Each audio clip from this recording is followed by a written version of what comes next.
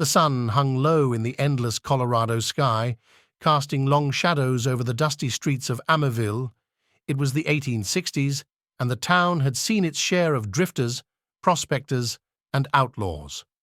But there was one man who stood apart from the rest, a man named Ichabod Zarko.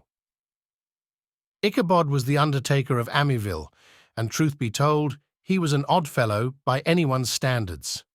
He stood tall and lean, his long black coat billowing in the wind as he strolled down the main street. His hair was as dark as midnight, and his eyes were like two cold pieces of steel. He never seemed to care much about what anyone thought of him, and that alone made folks uneasy. They said he marched to a different beat of the drum. But truth be told, Ichabod didn't even march. He sauntered as if the world was his own private graveyard, and he was in no hurry to get anywhere. He had a peculiar way of walking, with a slight limp in his right leg, a souvenir from a bullet that had found its mark years ago. The townsfolk didn't know what to make of him. He'd buy you a drink at the saloon, share a few words, and then go about his business, measuring caskets and digging graves. But if you crossed him, if you pushed him too far, or threatened the peace of Amityville, he wouldn't hesitate to put a bullet in your skull. And he was deadly accurate with a six-shooter. Yet there was another side to Ichabod Zarko, a side that confounded everyone. After he'd taken a man's life, he'd give them the respect of the nicest funeral anyone had ever seen.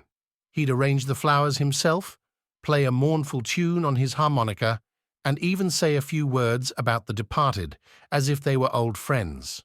Some folks called him an angel for the way he handled the dead, bringing solace to the grieving families. Others called him a demon for the violence he'd unleash on those who dared to cross him.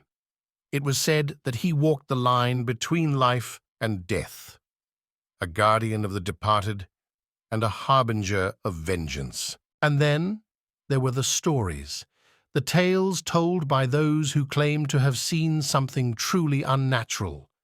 They said that on certain nights, when the moon was shrouded in darkness, Ichabod's black wings would unfurl from his back.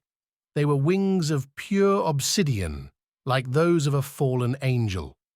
If you ever saw those wings, they said, you knew it was your time.